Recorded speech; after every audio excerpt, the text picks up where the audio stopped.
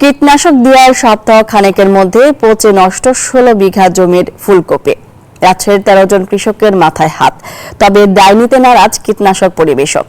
ঘটনা খতিয়ে দেখছে কৃষি অধিদপ্তর।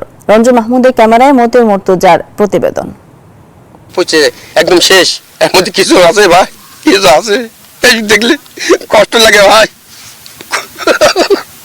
বারবার জ্ঞান হারাচ্ছেন পবা উপজেলার চুনিয়াপাড়া গ্রামের কৃষক সেকেন্দার আলী। ৮০,০০০ টাকায় 2 বিঘা জমি বর্গা নিয়ে ফুলকপির চাষ করেছিলেন। খরচ প্রায় 4 লাখ টাকা। ফলনও হয়েছিল ভালো, কিন্তু বিক্রির আগ মুহূর্তে ক্ষেতের সব ফুলকপি পচে নষ্ট হয়ে গেছে। খুব দুঃখে কষ্টতে আমরা গরিবের ছেলে, গরু বিক্রি করে টাকা আমরা মানুষকে দিয়েছি ভাই। বাড়িতে একটা পুঁজি আসলে গরুটাও বেঁচে দিয়েছে ভাই।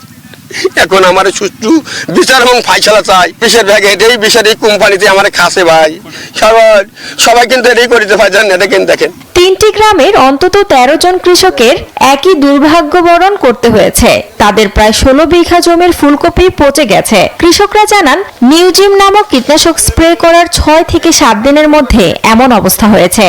লোন নিয়ে আমি যে জমি লিজ লিছি, এই টাকাগুলো দিতে পারছি না।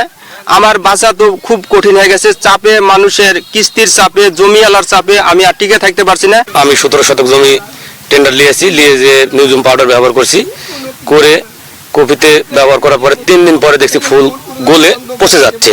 এই কফি যে বাজারজাত তাতে 2.5 লক্ষ থেকে 3 লক্ষ টাকার উপরে হবে। কোম্পানির কাছে আবেদন করছি যারা আমার যেন ক্ষতিপূরণ দেয়। তবে দায় নিতে নারাজ কীটনাশক পরিবেশক।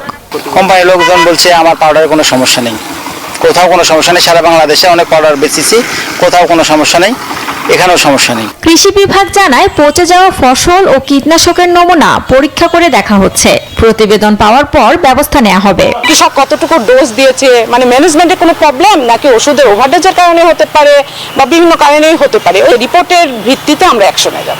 ঘটনার দ্রুত তদন্ত শেষ করে দায়ীদের বিরুদ্ধে ব্যবস্থা নেওয়ার দাবি জানিয়েছেন স্থানীয়রা। Desk report, news 24।